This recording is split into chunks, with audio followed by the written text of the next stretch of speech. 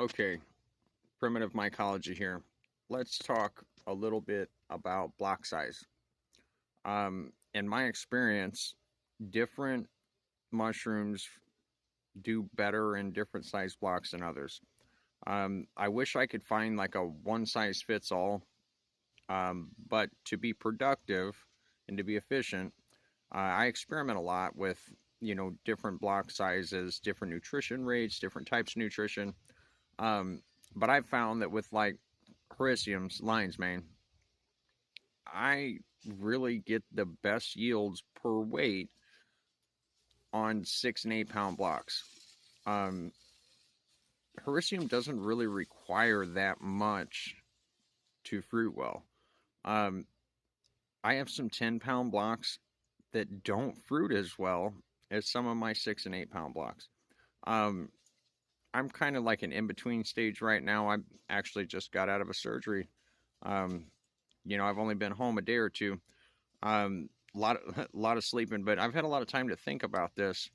Um, you know, Something to think about is what are you putting in for the yield you're getting? Earlier, I put up a little short that there's a 2.5 pound second flush of lion's mane, at least 2.5 pounds. Hell, it might be three on a 6 pound block.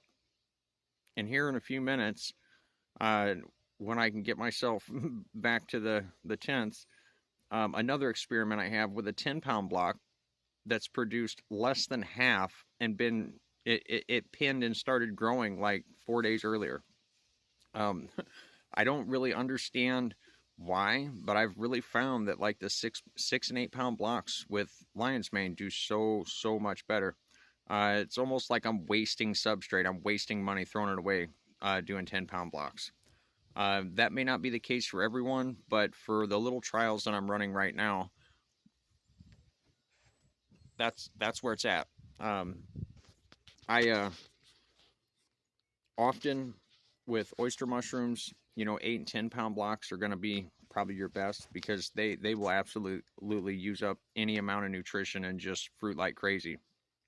Um, Whereas like lion's mane, I've had many blocks that were still producing well at like the fifth flush. Never going to be as good as the first and second, but I mean enough that it's worth keeping it there.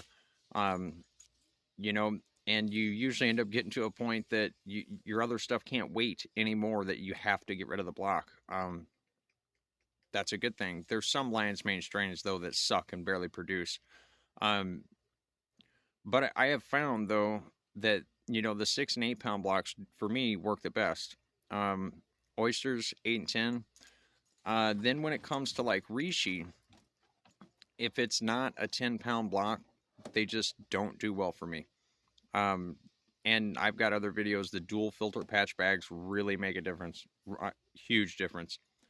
Um, Also, I've found with king oysters, they are like a complete pain in the ass to grow. I mean, I really kind of hate growing kings. Um, One time they do great, and then the next time it's like, what the fuck happened? How is it that every single pin on the block aborted? Um, and then you're scraping them off, hoping you're gonna get a second flush that will fruit right, and it's like, Jesus, man, like, why am I wasting my time doing this? Well, then I went to 10 pound blocks for them. I just thought I'd try it. The dual filter patch bags I go Rishi in. And no shit, I mean, you can let the fucking kings grow the entire time in that bag. You don't even have to cut the top like you normally do. And they don't abort. You don't even got to put them in the tent. It's wild, man. I figured that out, and I've grown some pretty good kings that way, and they're consistent. All that shit with blotch doesn't apply when it is never exposed to the outside air. You know what I mean? Like, that's something I've found that's been very, very, very helpful. Now, black pearl kings, that is my least favorite mushroom in the world to try to grow.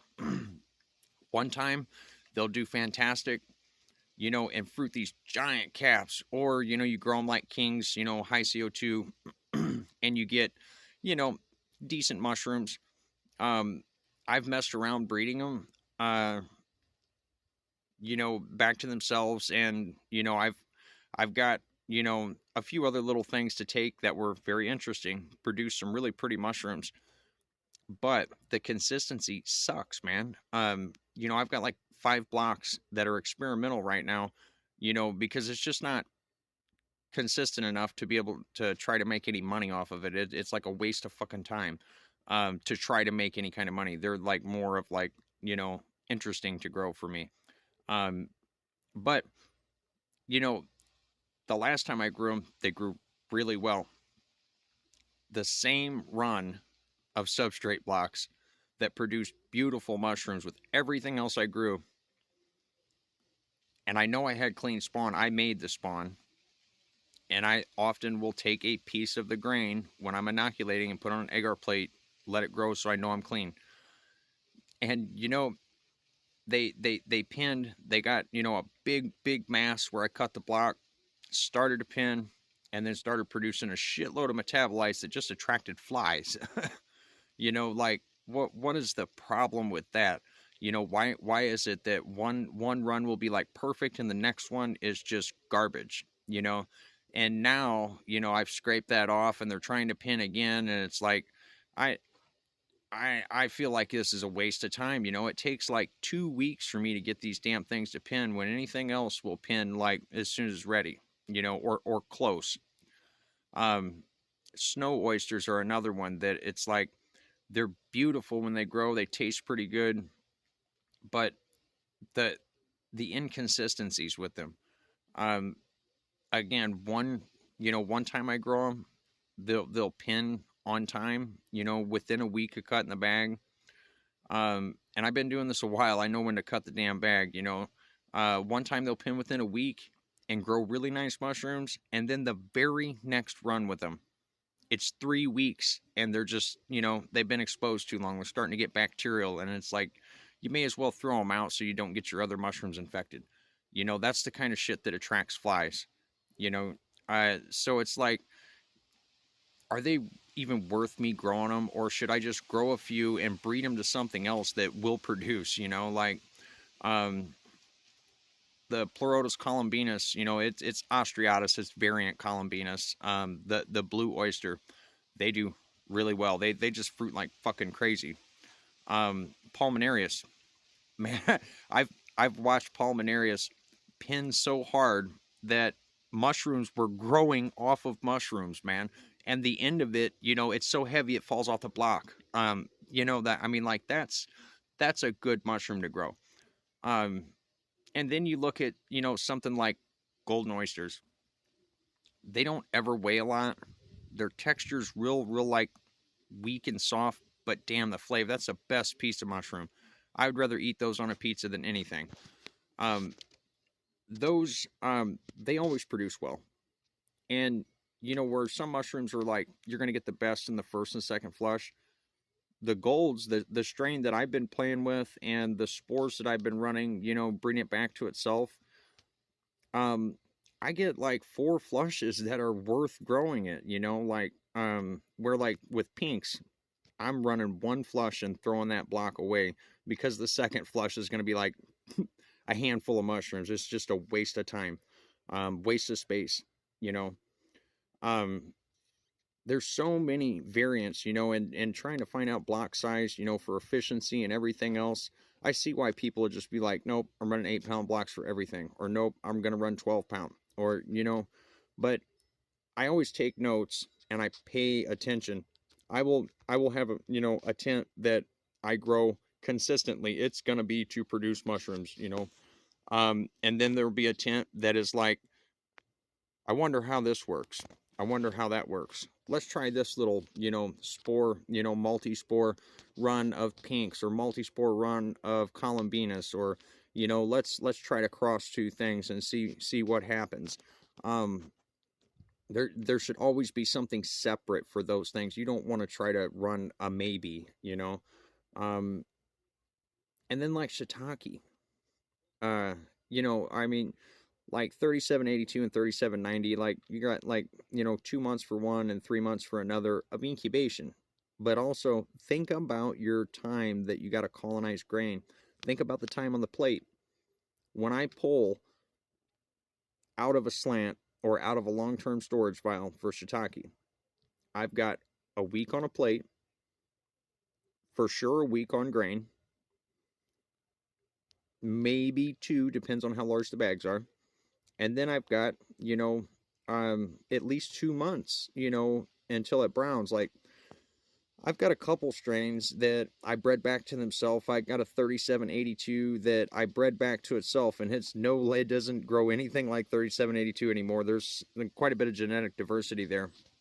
Um, and I've got some stuff where I took a monocaryon from 3790 and put it next to the original 3782. Um, and it grows like I don't understand. Like I can't make sense of it. Like it will grow like sometimes I noticed one time that I brought it out of incubation a little bit early, and that was, you don't do that with shiitake. You just don't. That's what a novice does. It had just finished browning, and I thought it's ready to rock.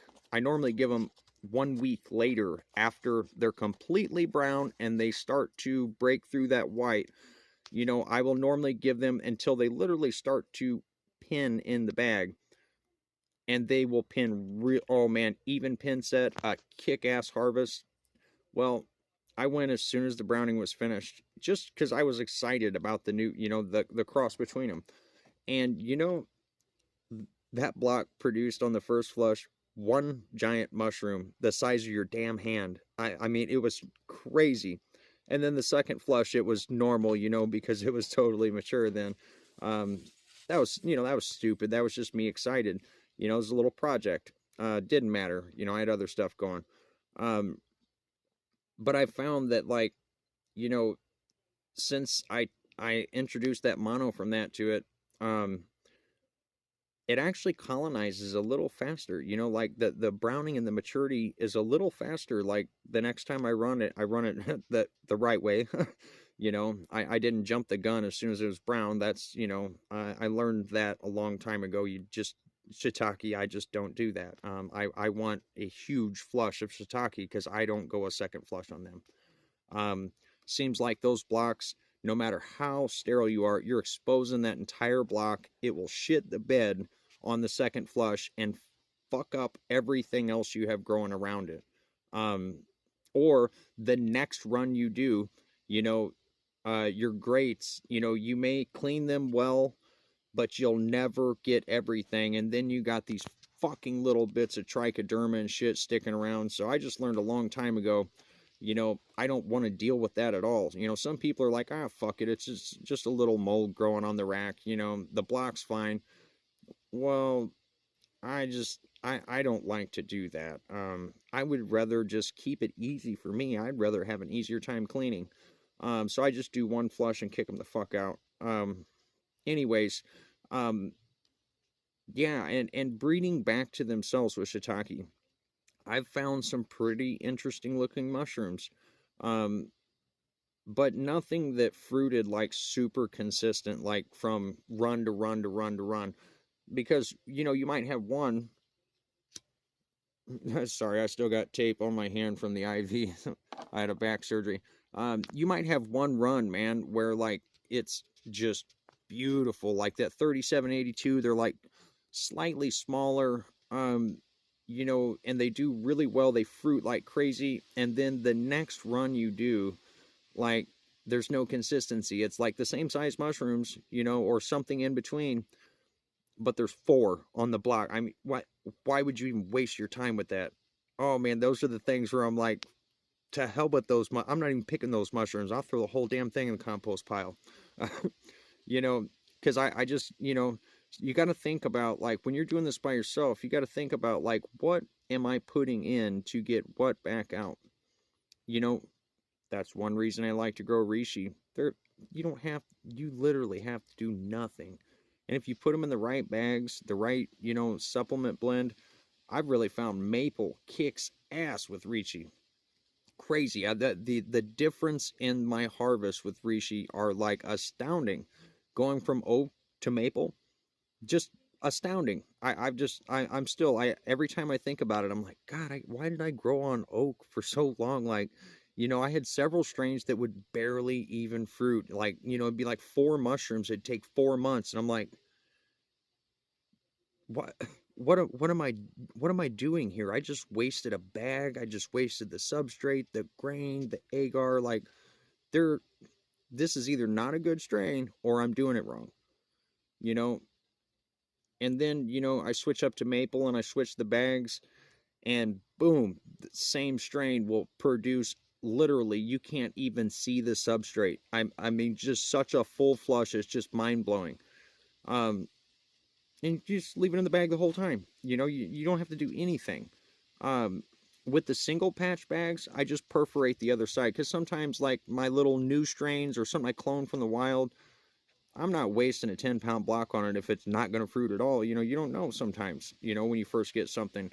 So you use like a 5-pound bag or a 4-pound bag for the first run. And it's like, okay, if that fails, who gives a shit? Well, then you get to where it's like, okay, I know this fruits. So then you run one and it's like, all right, I'm going to perforate the back side of the bag and put some micropore tape over it. That way it gets a little more oxygen and it really speeds up your growth. um, that it does well, and it's like, okay, this is worth putting in a 10-pound block. Now I'm not going to be completely wasting everything. um but like the maple, I still can't make sense of it. I know maple has more sugar in it than oak, and that's probably part of why you're having a instead of like a hot like soy hulls. I mean, that's really really really protein and nitrogen rich. They're hot, man. And like people are still doing a lot of the 50-50 masters mix, and then they wonder why they have blotch. Why am I getting outbreaks of trichoderma when I'm doing clean work? Like, am I not cleaning well enough? It's like, no, you have too much nutrition, or you need a softer nutrition. So like I've dialed it back. And sometimes I'll swap out 10% of the soy hulls for 10% of wheat bran. Yes, it takes a little longer, but I don't, wheat bran sometimes is soft enough that it will just stop contamination problems, stop bacterial problems. And then I thought, I have all this maple, you know, I found it on sale, got a pallet of it, or well, half a pallet of it. And I thought, man, this is so cheap. I gotta run it. Oyster mushrooms, they don't care. They'll grow on anything. Hell, they'll grow on straw, you know. They don't produce as well, but I mean, straw's so cheap, and you can have those large, hanging bags. It's when hay and straw are being harvested. Um, why not? It's cheap, man. It's like easy production. And you don't have to sterilize straw. You just gotta pasteurize it, or it's like half-ass pasteurization at best. Um, like it's really an easy thing to do. So why not? Uh, But back to the maple. I thought it's too cheap. I'm gonna try this. Mushrooms will grow on such a wide variety of things, and I thought, well, if it doesn't do that well, I'll keep it for reserve and just mix a little bit in with you know oak, just to use it up. And as soon as I put reishi to it, the the bags started colonizing in like 7 days and pinning within 10. That's not like reishi. I've got bags that are 1 month old and the reishi are like almost 8 inches tall. 1 month, that's like people talk about like 4 to 6 months to grow that. Like, I mean, my formula is no different. It's 60-40. 60% wood, 40% soy hulls. And I run about like 63% moisture. I used to only run 60, but I just, I get better second and third flushes if I just do 63% across the board. And that's adding 60% moisture. That, like, your pellets are not completely dehydrated when you get them. They're going to be between 3 and 7%, depending on where you get them. Some are like, some are like 7% hydration when you get them, and the damn things will mold in the bag, if you let them sit too long. I've found a few brands like that I just stay away from. Um, I don't want to deal with anything like that. I don't want to have to try to kill a bunch of disgusting during sterilization. I want to start as clean as I can. Um, just because it's just problems later, you know, like you'll start seeing trichoderma pop up or penicillium, and it's like,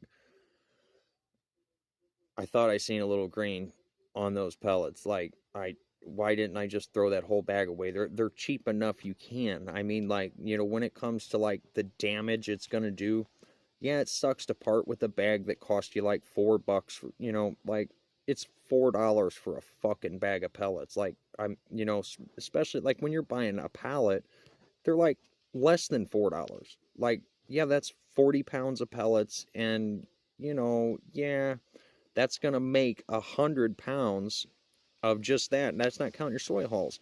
You know, it's like that's a lot of blocks. You know, that's something to lose because the mushrooms it can produce, but you have to think about the devastation that's gonna happen later, and it's like I just don't want to deal with that, man. Like it's easier. But yeah, for reishi, try maple. You'll be like super surprised. It's like a super soft type of sugar. You know, like when you make maple syrup from, you know, maple, you really have to like reduce and reduce and boil and boil and boil. And it's like, you know, the the wood itself is not super rich in the sugar, but it does have it, and man, does it work. Um, I've also found that apple and like peach, pear, um, you know, Horicium seems to love like apple. Oysters love apple. Everything really loves apple because it's just loaded with nutrients. You know, um,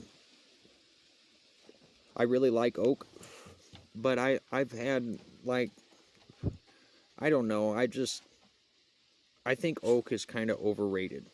It's a great all around. Anything's gonna grow on it. Um, Hell, you can even grow on pine. You know, like the pine pellets for bedding that you find at the, you know, the farm store. Those will grow mushrooms. Hericiums actually love those, man. Like I've had some really good luck with lion's mane on pine pellets, but I don't want to have too many different kinds of pellets that I'm running. So it's like I don't want to switch up every time. So I, you know, pretty much when maple's available, I'm gonna grow on it. I'm sold on it. Apple, when it's available, you know, I'll dump a bag of apple and a bag of oak together, you know, and that's what I'll pull pellets out of. I don't care if it's like perfectly mixed. It doesn't matter, right? Mushrooms are going to grow on either. But, um, you know, like oak is cheap. It really is. But I mean, you have to know too that when you're buying oak pellets, you're not only getting oak in there. You know that same place probably runs all kinds of other stuff, and there's going to be little bits of shit, and every pellet's going to be like that. That's just how it goes. You can't mass produce something and have it all perfect, and that's fine. The mushrooms don't care. Um, I found with soy hull pellets, there's a company out of Michigan. I can't think of the name right now. That I love the pellet size and I love how they swell up, but they're just not consistent. You know, some of the pellets they won't hydrate. You know, then you have fucking chunks in your substrate, and those chunks don't sterilize well. So then you start to see little shits in your bag that are starting to slowly grow from a pellet that didn't hydrate. And it's like, even though they're $10 cheaper on the 100 pounds, actually, no, I think they're like $14 cheaper per 100 pounds. They're not. It's not worth it. You know, half the time when they ship them to me, the fucking box, you know, everything they come in is all fucked up. You know, pellets are spilling out everywhere, and they are a good company. Don't get me wrong; they'll make it right with you. But just like, you know, FedEx out here sucks, man. Like UPS is so much better, and I never thought I'd say that, but FedEx has broken so many of my packages. You know, it's not the company's fault; it's FedEx's fault. Um, you know, but then you look at like mushroom media online. It's like I I once in a while will find a little bit of something else in the pellets, but consistency. They have great pellets. You know, the yields are consistent across, you know, batches of substrate. Um, I'm stuck with them. Even though it's a couple bucks more, it's not a big deal because, you know, they'll make anything right with you. I think I've had like one time I refused a package. Um, and it was replaced. No problem. There was like no argument. There was no anything. They just done right by me and sent me another. Um, and you don't go keeping the fucking package and then asking for a new one. You don't do that. That's not good business, But when you refuse one, they make it right with you immediately. Yeah, it's like inconvenient, because you got to wait, and hope you got other stuff to get you through. But they're a really good company. Mushroom Media Online is that complete consistency. I've never had any trouble with any of their pellets. They hydrate. I've never had pellets not hydrate from them. I've been wanting to try the combo pellets from Main Cap and Stem just to try them out, but I like being able to source my own wood, and I get, from a local arborist, they drop me off like literally whole dump truck loads of, wood chips from where they cut around the power lines and then they run them through a chipper. And, I like to mix them in some of my stuff. I found that Miyataki loves wood chips, and I've found that they doesn't really care what kind of wood chips. It was, if they're mixed, if they're all, I got one load that was like almost all maple. God, did it smell so good. Oh man, I love the smell of those pellets, especially when they were sterilizing, or the chips when they were sterilizing. But there was no difference in the growth. None. Maitake, I think the reason they like the chips so much, in my experience, is just because it's not so dense. It's the extra aeration it allows the block. Because Maitake is like, you get one flush. I mean, you probably could go two, but I mean, when you're looking at 100 to 120 days, depending on the strain, for it to grow, I don't, I don't want to keep that block in there any longer, because after that amount of time, anything will shit the bed. I don't care what it is. That's why you don't go for a second flush with reishi unless you put them outside. It's just not worth it. It's not worth the devastation.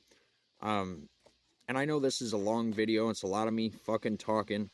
But these are just some of the things that, I'm sitting around here still unable to walk, very well. And I'm thinking about some of these things. And it's like, I've learned so much in the years that I've been doing this, that it's like, is it even, like, you got to weigh things out. Like, is it worth fucking with this? Like, is it worth, like what it is? I would always rather be the one to source my own pellets. For the wood anyway. The soy hulls, I'm sold on Mushroom Media. I really do want to try Main Cap and Stems combo pellets. But I mean, I don't know. I found something good that I really like. The maple and soy hulls. Everything seems to do good on them. Or a mix of apple and oak with soy hulls. Like, I'm just sold, man. They just do great. And then, like I say, Miyataki, I like to throw in wood chips, about 30%. So the 60% wood, half that's going to be chips. And if your bags are cheap, good luck. That's one thing I learned very quickly, because, sometimes for like oysters and stuff, they colonize so fast, and they fruit. You cut the bag when they fruit. There's like, they're just real simple. You can use some fucking cheap bags. But when it comes to like reishi or maitake king oysters, don't do it. You'll regret it. I know. Just kind of think about like things like that. Like when you're using wood chips, even though they may not be sharp, just the protrusions in the side of the bag with cheap, thin, garbage Chinese bags, that like I would run oysters in. They often will want to, where the chips protrude, they'll split right there, or there'll be a pinhole.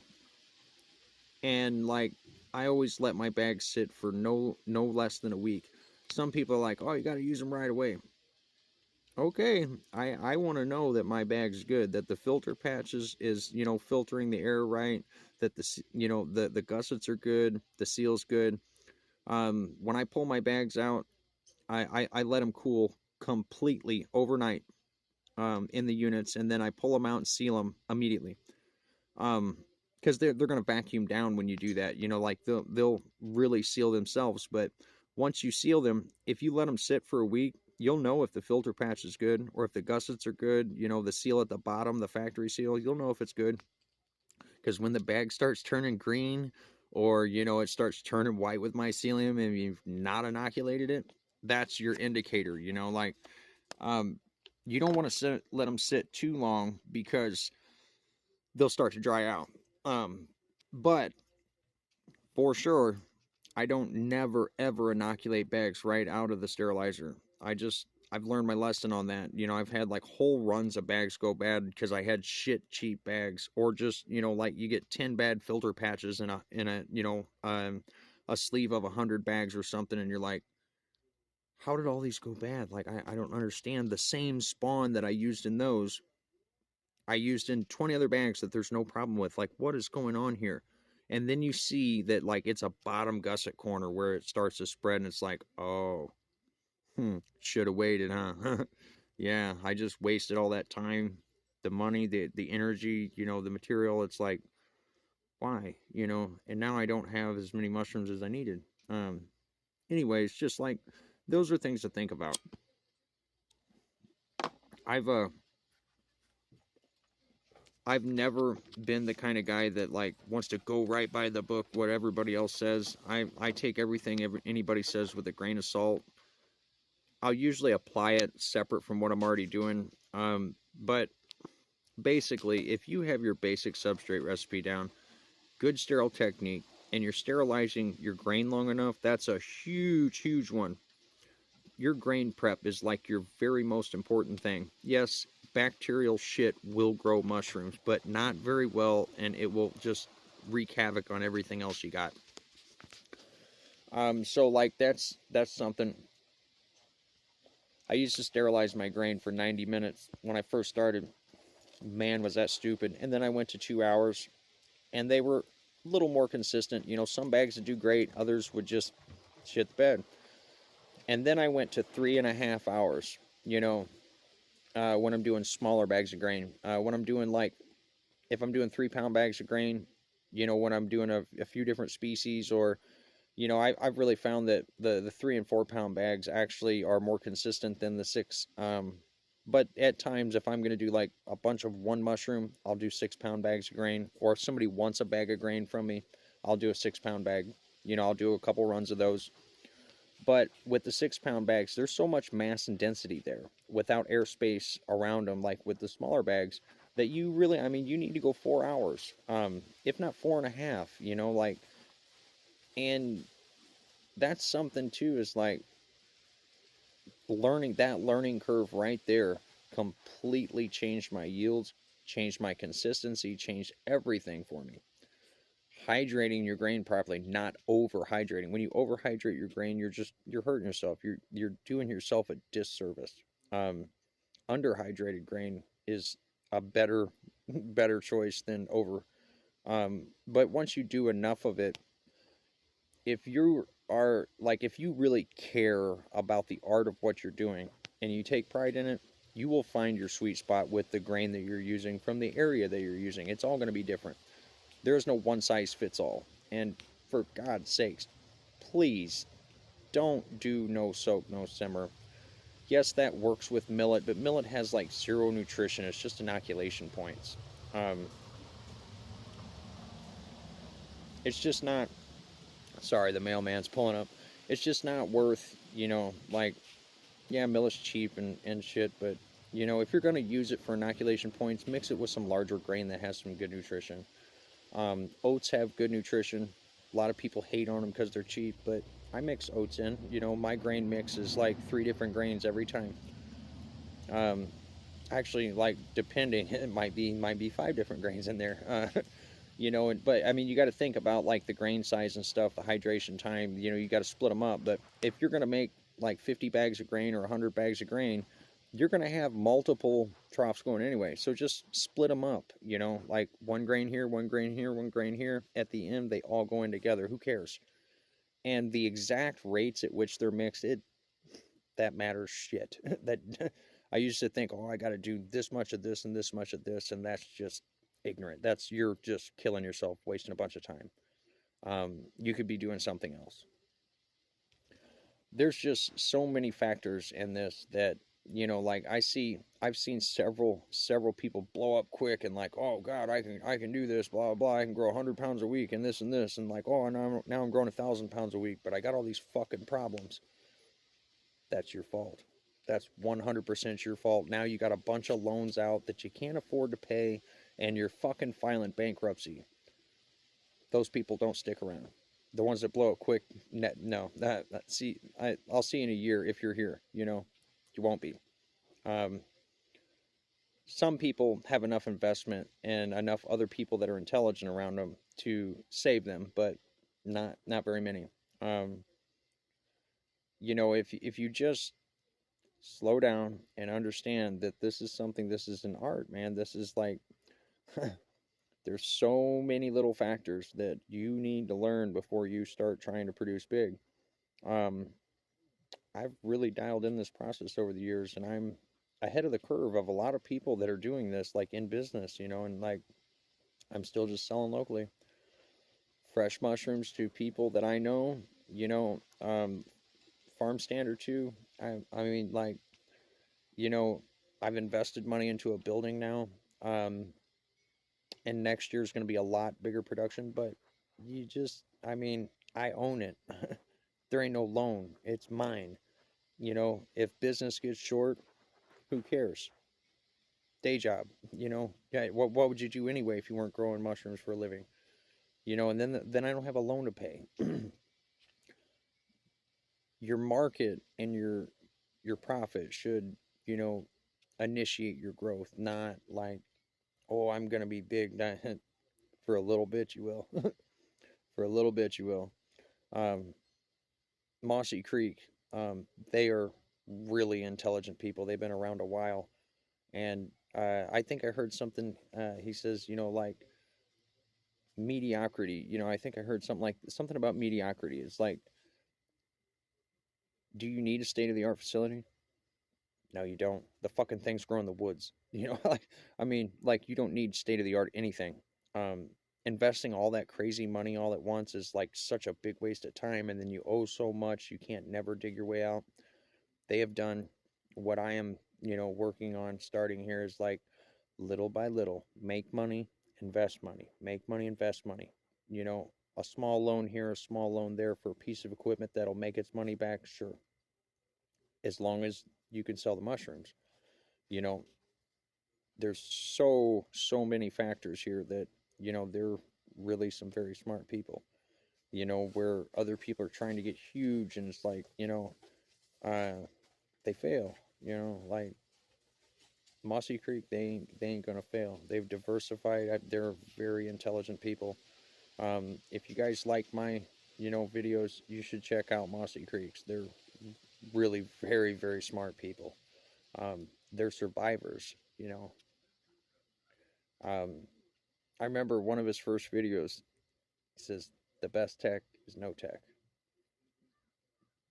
People have produced clean work in cardboard boxes as still air boxes, overseas and stuff, and it's like, uh, if they can do that with that little and support their families and live their life and produce mushrooms, work for themselves and do something they care about, uh, I can take my flow hood and this little building that I've got, and I can produce mushrooms.